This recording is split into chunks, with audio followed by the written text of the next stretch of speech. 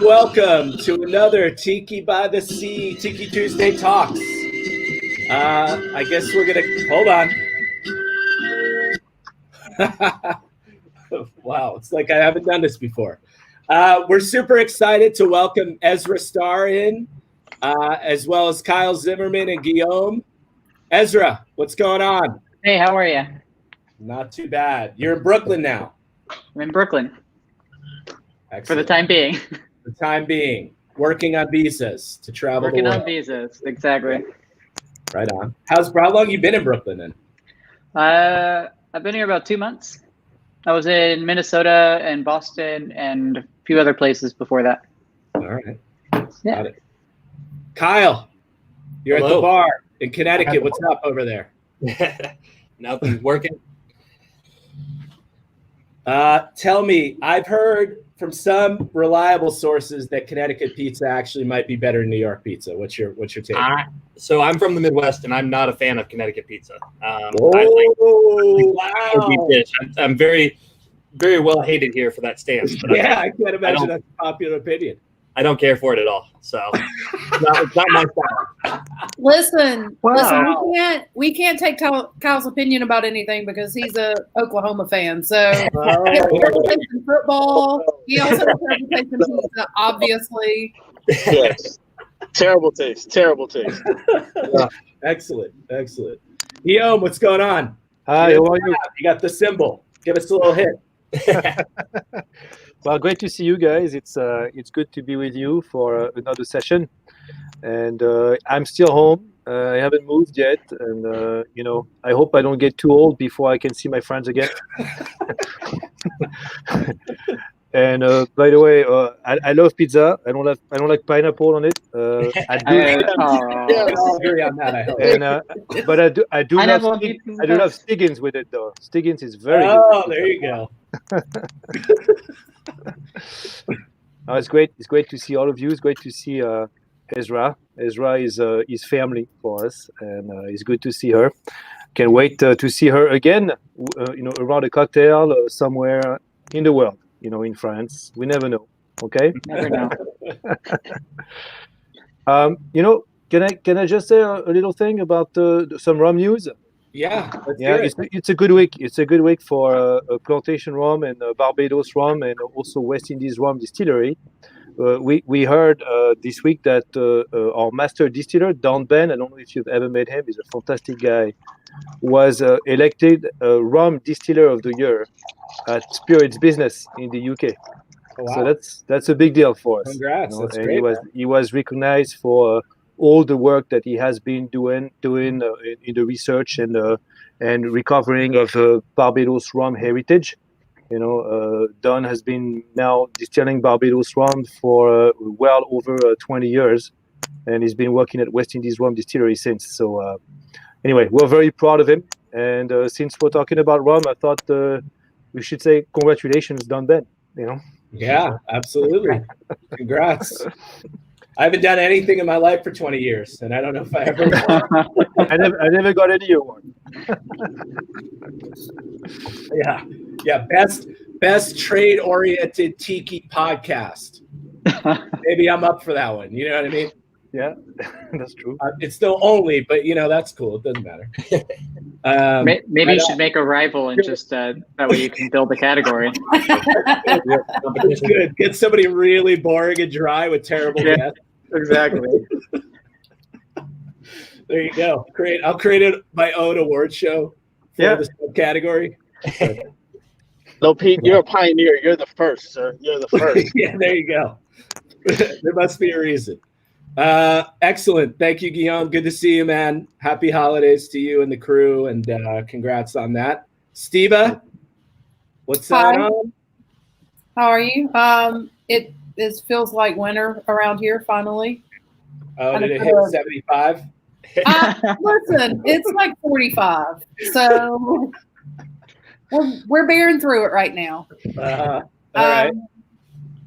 We have championship football to keep us warm, Kyle. Ooh, oh, wow. I haven't got used to the cold. Hard to say anything to anybody. Good. So. Sorry, what was that? I said I haven't got used to the cold in Connecticut from Oklahoma, and I'll never get used to Alabama being good. Tough. Aaron, what's up? You're on the road delivering? Yeah, I'm on the eastern shore of Maryland, so I have to talk in my country accent. Secrets visit? So, what's going on? You go to Secrets, bro? Yeah, man, I'm on my way. I'm about to be there in like 10 minutes. Real talk. Great.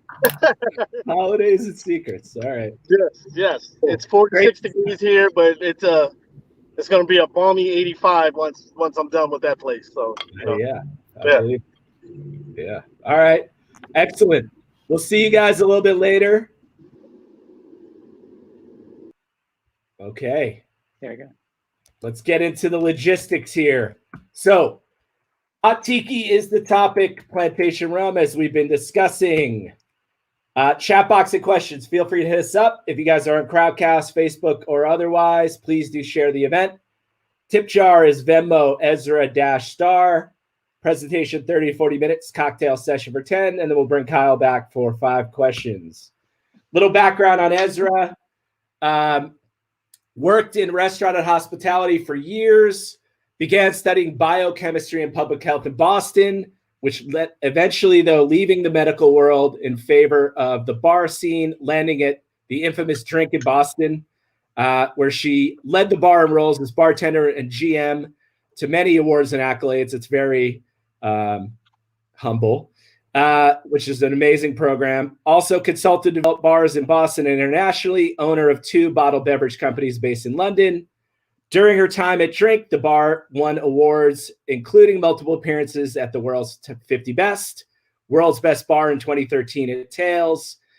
In addition, Ezra herself has won and been nominated for many awards, including Star Chef's Rising Star, Food & Wine's Best New Mixologist 2015, American Bartender of the Year at Tales in 2017, 18, 19, 20 nominations, and inducted into the Dame Hall of Fame. So super stoked to have you with us and talk about yourself, your journey, tiki drinks in hot form, because it's really cold. And I was saying to somebody, I think the need for hot drinks has never been greater. This is the moment for hot. For sure. There ever has been one. Yeah, especially with outdoor dining being as it is. You Right. go sit out at a bar and you're like, please warm me up. Because y'all can't afford heaters out here. Here in New York. They're 5 times the price they used to. Yeah, be. right? Right Should have gone on. into that industry at a certain point. Yeah, fuck. Cool. Let's put your deck in here. Yeah, let's just keep it simple. Yeah, let's take it away. Awesome. So I just want to talk about hot tiki. But first, a little bit about who I am. So I got into the bar world I've been bartending for a very long time, about 20 years now, I guess. And started out just needing to pay rent like a lot of people do. And then went to school. I was heading towards the medical world, worked in that world quite a bit, did a bunch of research. But all the time I was working as bartender, loved it. Realized What were you working to do in medical universe before you? I was studying to be a surgeon, and then I was also doing research on biomolecular structures and basically small molecule interactions. That's just nerdy sciencey stuff. You pour a bunch of liquid and it changes color. It doesn't change color, but it changes color in your head.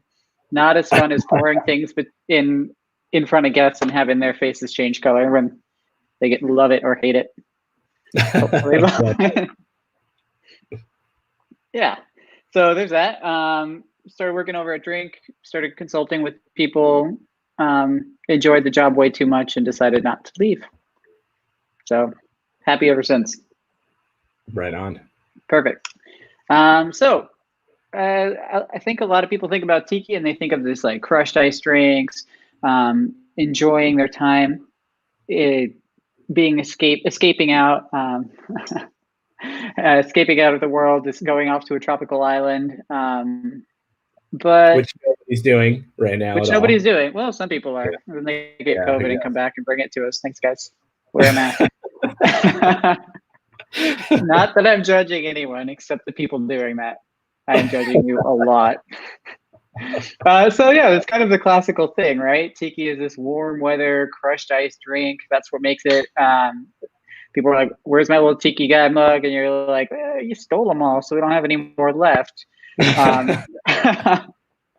Don't steal mugs. Buy them. And then what was your percentage of steal rate of vessels that were interesting at the bar? Oh my God. So when Drink first opened, which was right before I was there, they bought nothing but vintage glassware and it was stolen almost immediately.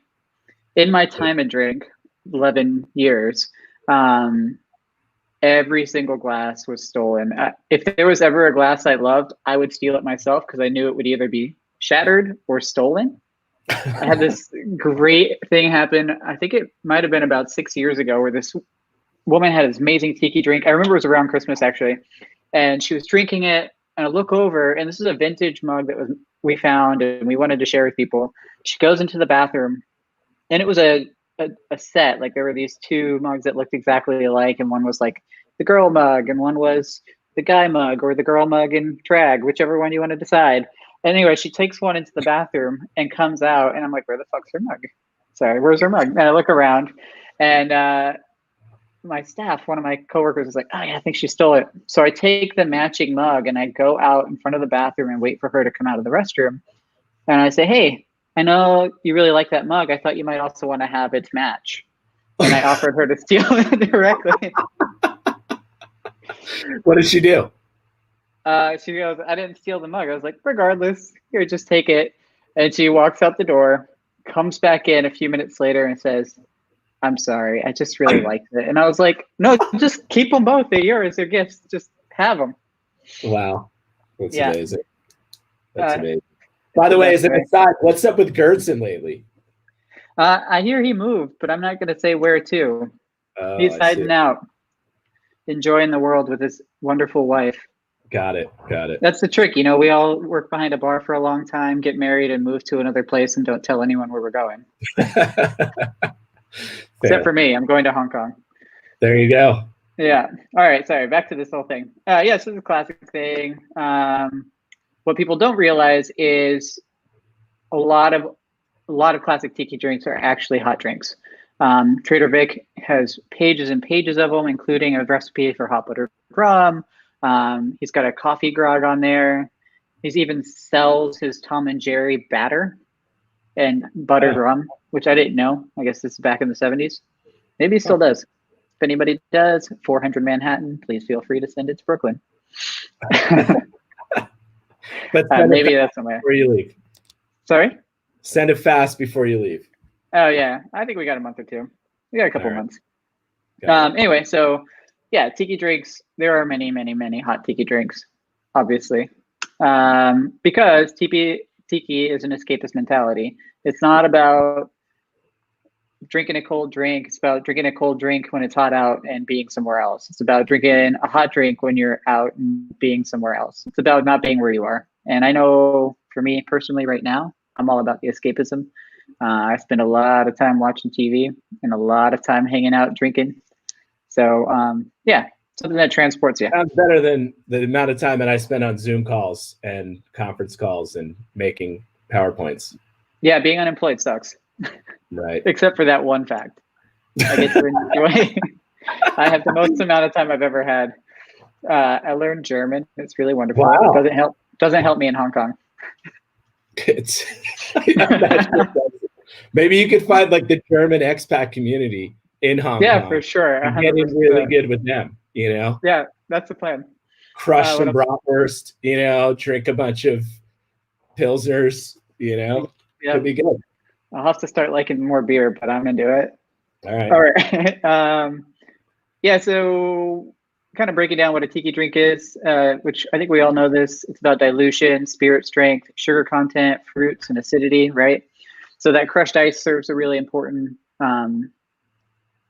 is really important in the drink. It adds water. It lets you enjoy the drink over time, and it kind of changes it. So I kind of wanted to think, how can I describe the best way to take a classic tiki drink and turn it into something that's warm? If you can't find I try to look for a bunch of the classic recipes, and I don't have any of my books here, so all my stuff is online.